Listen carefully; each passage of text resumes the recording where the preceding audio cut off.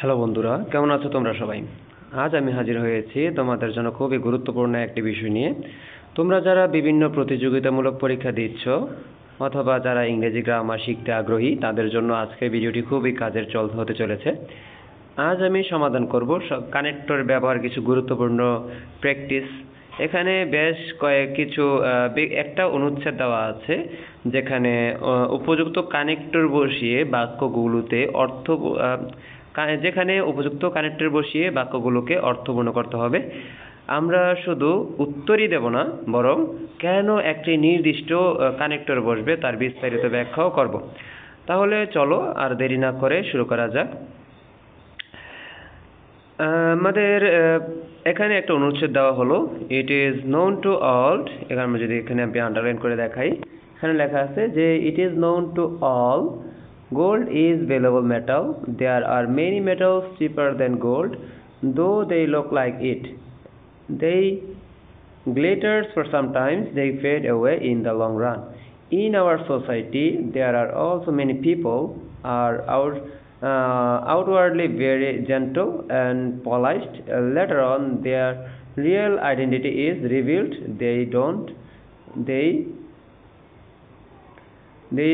They do not exercise moral value. That's why people say all glitters is not gold. এখানে আমাদের যদি প্রথম থেকে এখানে বলা হয়েছে যে it is known to all, তারপর হচ্ছে it is known to all একটা clause, gold is valuable metal এখানে আরেকটা ক্লোজ। এই দুইটা ক্লোজকে এখানে যুক্ত করবে একটা রিলেটিভ প্রনাউন, যেটা কিনা হবে দ্যাট, অর্থাৎ THAT, দ্যাট বসবে এখানে। কেন দ্যাট বসবে? কারণ দ্যাটের পর সাধারণত কি বসে? সাবজেক্ট ভার্ব বসে। আর রিলেটিভ প্রনাউন এখানে বসবে, কারণ দুইটা ক্লোজ করে অন্য শব্দ দিয়ে এখানে যুক্ত করতে পারছি না, রিলেটিভ প্রনাউন হিসেবে দ্যাটই বসবে।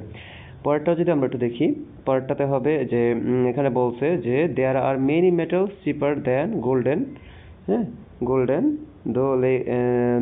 দো দে লুক লাইক ইট।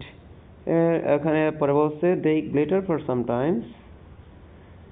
এখানে there are many metals cheaper than gold though look like it. আচ্ছা, এখানে বলছে যে এখন অনেক রকমই কি আছে, মেটালস আছে, ধাতু আছে, যেটা কিনা গোল্ড থেকে কম ভ্যালু কিন্তু দেখতে গোল্ডের মতোই। এখানে বলছে, তারপর কি বলছে, ক্লোজটা যদি আমরা একটু আইডেন্টিফাই করি, এখানে বলছে দে, এখানে ফুল স্টপ শেষ, এখানে বাক্য একটা শেষ। কিন্তু পরের বাক্যের মধ্যে বলছে দে গ্লিটার ফর সামটাইমস। এগুলো দে গ্লিটার ফর সামটাইমস, এইগুলোর উজ্জ্বলতা কিছু দিনের জন্য থাকে। They fade away in the long run, কিন্তু সেগুলো বেশি দিন থাকে না।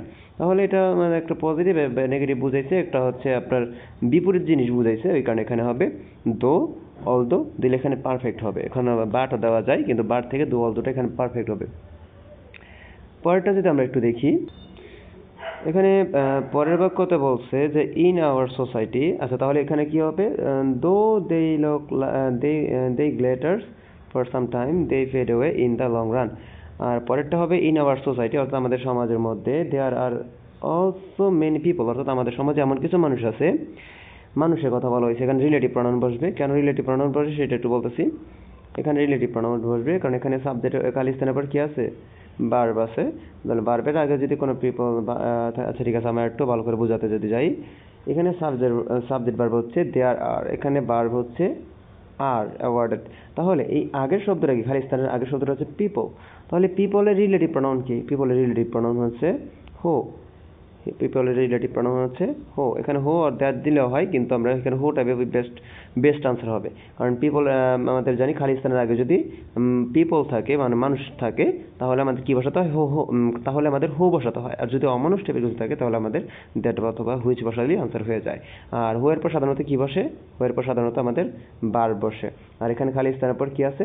ভার্ব আছে। ওই কারণে এখানে কি হবে? হো হবে। তার যদি মিলাই তাহলে হবে in our society there are also many people who are awarded very gentle and polished.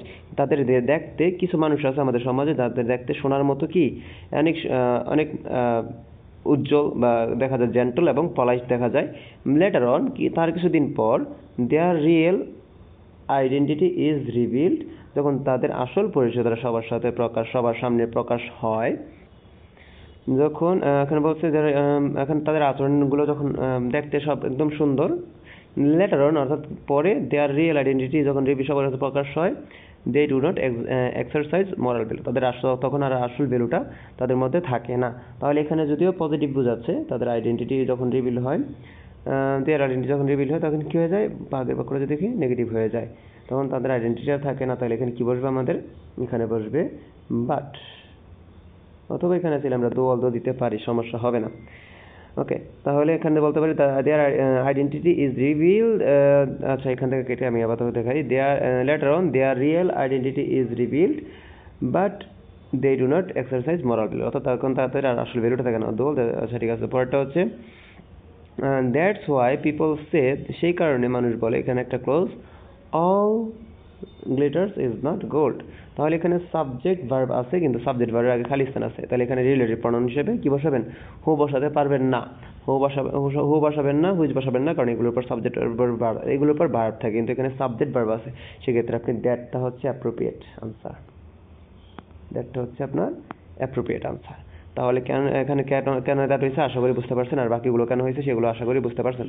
এখন আমাদের কাজ হচ্ছে যে আশা করি তোমরা এগুলো বুঝতে পেরেছো।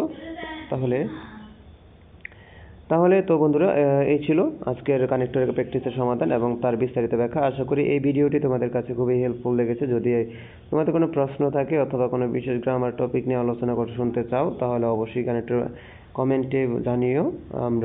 আমি চেষ্টা করব তোমাদের জন্য সেই ভিডিও নিয়ে আসার। ভিডিওটি ভালো লাগলে লাইক করে এবং বন্ধুদের সাথে শেয়ার করতে ভুলো না। আর হ্যাঁ, আমার চ্যানেলটি সাবস্ক্রাইব করে পাশে থাকো, যাতে আমরা আরও নতুন নতুন শিক্ষামূলক ভিডিও তোমাদের জন্য নিয়ে আসতে পারি। খুব শীঘ্রই দেখা যাবে নতুন কোনো ভিডিওতে। ততক্ষণ পর্যন্ত তোমরা ভালো থেকো, সুস্থ থেকো। আল্লাহ হাফেজ, ধন্যবাদ।